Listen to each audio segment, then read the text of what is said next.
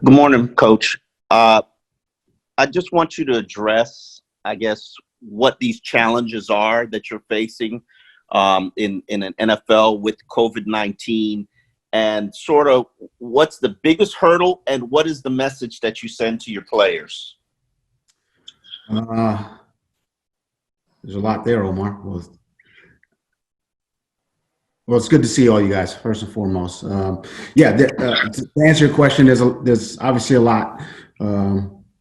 With COVID, I think we try to create an environment where that is as safe as possible. That's something we've talked to the players about. I think our medical staff, headed by Kyle Johnston, our head trainer, um, I think they've done a really good job of, you know, changing the locker room, changing the protocols, the locker room, the training room, the weight room, and making this place as safe as possible. I think they've done a great job from that standpoint. My message to the players has been about really making good decisions, being responsible. I think they're going to have to make some sacrifices, outside of the building and inside of the building. I think if we can do that, then look, we've done everything we can possibly do to try to limit the spread of this virus. Yeah, there are some challenges, but I think we're trying to meet them head on and do the best we can with them. Adam Beasley. Brian, it's good to see you again. Question about what you saw unfold this past weekend with the Miami Marlins. Obviously, you share a market with them. It's unclear exactly how that spread happened, but it seems like a lot of people are taking that as a cautionary tale. What was your reaction when you saw what happened to the Marlins, and what, if anything, so far have you learned from what's going on there? Well, I think it's unfortunate, and our thoughts are with those who were infected with coronavirus. But yeah, I mean, I think it just speaks to how quickly the virus can spread, and if you're not wearing a mask and distancing and taking the precautions, it can spread quickly. I think that was evident with the Marlins, and I think it's just an opportunity for us all to learn and see it actually happen. If we have to learn from that situation, and take the mask wearing seriously and the distancing seriously. And if you have symptoms and you need to report them. So I think it's an example of how quickly it can spread, and the things and how important taking the precautions are. Cam Wolf. Flo, when people talk about, I guess, the need for more diverse hiring practices, you and Chris are often the face of that. I wanted to ask you how important you think that is for maybe other organizations to follow, given the current state of America in regards to social justice. I mean, I've said this, time and time again. I think there's, very capable minority coaches throughout the league on our staff. And if given the opportunity, I think they perform and do well. I mean, that's kind of my thought on that. And hopefully we take the steps where people, more minorities get those opportunities, and I think they'd be able to take advantage. Joe Shad. Hey, Flo, good morning. It's good to see you. Regarding the quarterback situation, is training camp an open competition, or is Ryan Fitzpatrick first team unless or until he is beaten out? Well, Joe, I think you always want competition in training camp. So there's always, it's every position is an open competition. Obviously, some players are further ahead than others. I think we all kind of know and understand that. But yes, we want competition, and there's no jobs that are just going to be handed out. Does that answer your question? Often.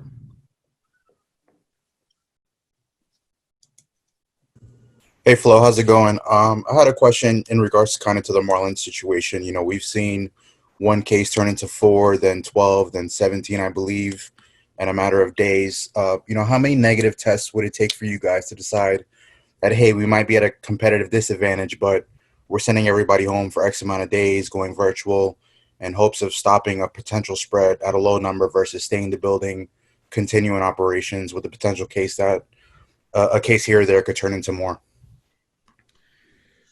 Our message has been more along the lines of let's try to do everything possible so that that situation doesn't happen.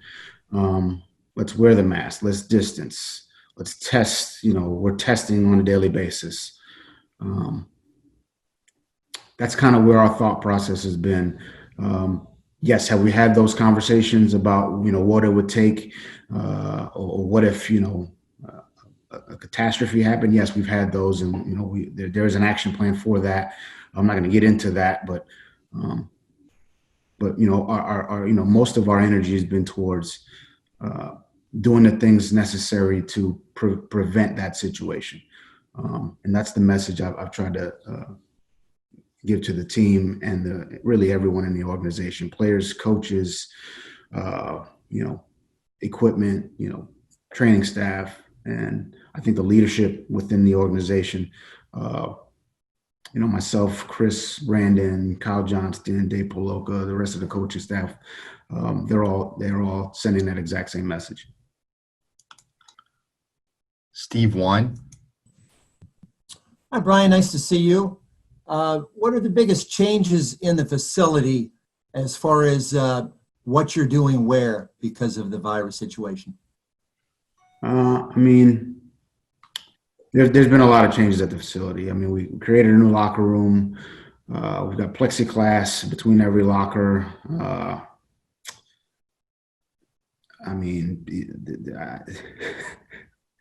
Obviously masks and distancing and hand sanitizers everywhere. It's a lot of what you've heard. Obviously, there's guidelines and protocols, and the emergency response plan we had to put in place.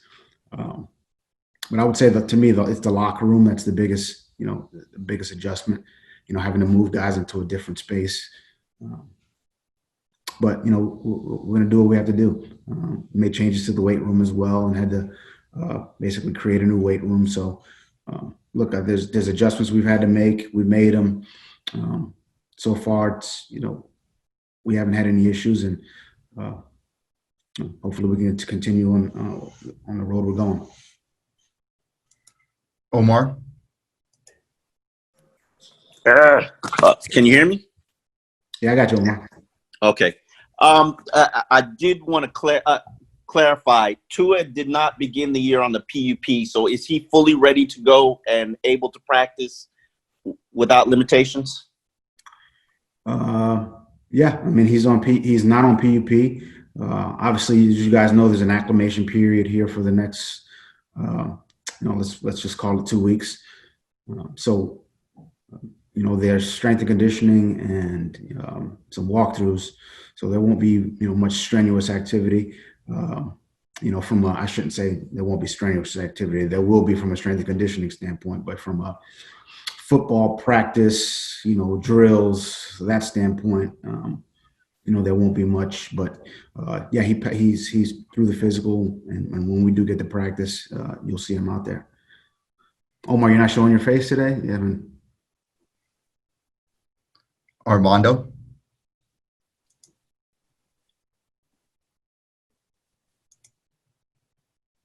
Armando, you're still muted.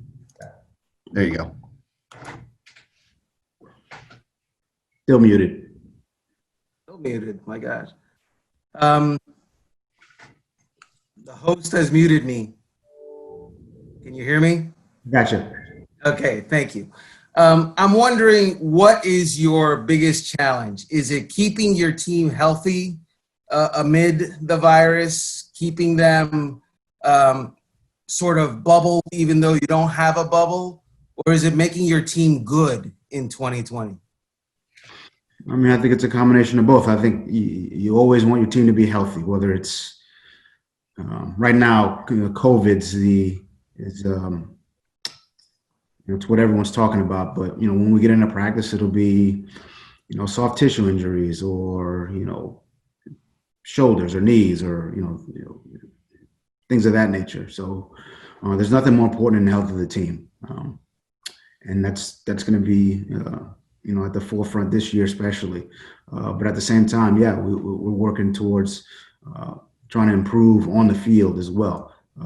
So that's fundamentals, that's technique, that's conditioning.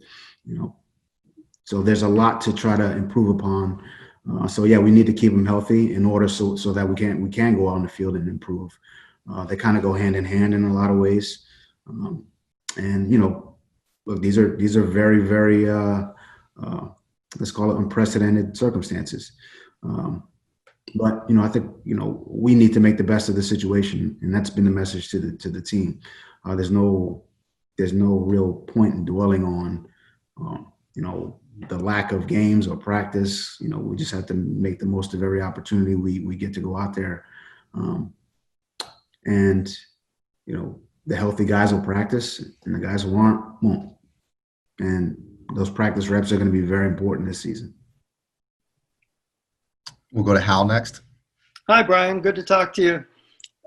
Two things I'd like to ask you real quick here. One is an update on X. Obviously, he's just gone on the PUP list, and I'm wondering what your level of optimism might be that we'll see him on the field either in training camp or for the regular season opener.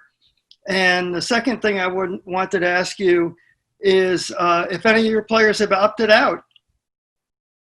Well, X is on PUP. He's been rehabbing really the entire summer. He's making a lot of progress. He'll be back as soon as he can. I can't put a timetable on it. I don't know. I know he's working. I know he's making some progress, but I'm not going to put a timetable on when he'll be back. But we're going to try to get him out there as soon as we can. As of 10 minutes ago when I walked into this meeting, no one has opted out, and I know we've had guys opt out throughout the league, and those are tough decisions to make. And fortunately, we haven't had anyone opt out thus far. So, but there's still obviously some time for that. Dave Hyde. You're muted, Dave. You're muted. I can't hear you. Matt, unmuted. My bad. Does that apply to coaches as well as far as opting out, or is the whole staff going to? Yeah, we haven't had any coaches opt out. Okay. My question was, without having a spring and a summer, normal spring and normal summer, you got a big rookie class, you got a lot of free agents. How can you accelerate the learning in training camp, if at all, or to make up for that? Well, I think every rep's going to be important. Every walkthrough rep, every practice rep. We won't have preseason games.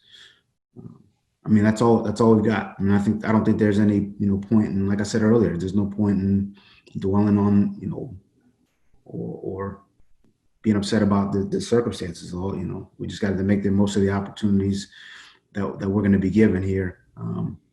But yeah, every rep's going to be important. Every rep and individual is those evaluations. Those are the evaluations and the improvements those guys make, players make in practice, in walkthroughs. They're going to be what either keeps them on a team or doesn't keep them on a team. We got time for a couple more guys. We're going to go Cam Wolf. Hey, Flo, I know you mentioned Tua is going to be out there once you guys start kicking things up. How much can you realistically ask for him given this unusual offseason, from day one, week one, even game one? Look, we're going to ask him to do the same as we're going to ask every other player, to come in every day, having gone through the install from the night before, mentally prepared to go out there and practice, physically prepared to go out there and practice and try to improve every day. That's all we can ask from the players, and to try to take it, one day at a time, and take the meetings to the walkthrough. The walkthrough is into the, individual periods into the group periods into the team periods, and just take things one step at a time. I know there's a lot of, people want to talk about Tua. I understand it. At the same time, he's a young player. This is his first, NFL training camp. I think he's got to take it, one day at a time, and not, think about, what's realistic for the season. I think we just need to take a one day at a time approach, which has been my message to him. And it's not just him; it's really every player on this team. This is a different year. This is a different type of training camp. No one's just, gone through a training camp like this. Where a lot of the meetings are virtual, and there was no spring, there are no preseason games. No one's done this. So instead of, looking into the future, I'd rather just take the one day at a time approach. And that's the message I'm going to give to the team as well. Final question, we'll go to Adam Beasley. Brian, had there been any consideration to, I know a bubble isn't happening in the NFL, but perhaps seeing if players could stay in one central location throughout the season, like the team hotel? It seems like the NBA and MLS has had some success by sequestering their players. Has that been at all consideration? Look, there are some things put in place where, players. Look, I'm not going to get into the what this or that. I think for each player individually, they're going to have a responsibility to themselves, to this team, to make some sacrifices, in the building and outside of the building. If we don't make the right decisions, if we're in bars and we're in crowded restaurants and, we're at concerts, the likelihood of us bringing the virus into the building is very high. If we don't do those things, and we distance, and we, quarantine in our homes, in a hotel, wherever, then, the likelihood goes down significantly. I think that's pretty simple. And that's been the message we've given to the players. I understand the bubble, but at the end of the day, it's all, it's the same. It's making the right choices, being responsible, making smart decisions. It's not just the players, it's coaches, it's support staff, it's all of us. And one person can bring in the virus, and it can spread. It'll spread like wildfire. I think we all understand that. So each one of us has a responsibility. If you enter the facility, you have a responsibility to, the 150, 180, 200 other people that are in the facility. And we need to be smart and make good decisions. And I think our guys understand that. And look, you can be smart and make all good decisions, and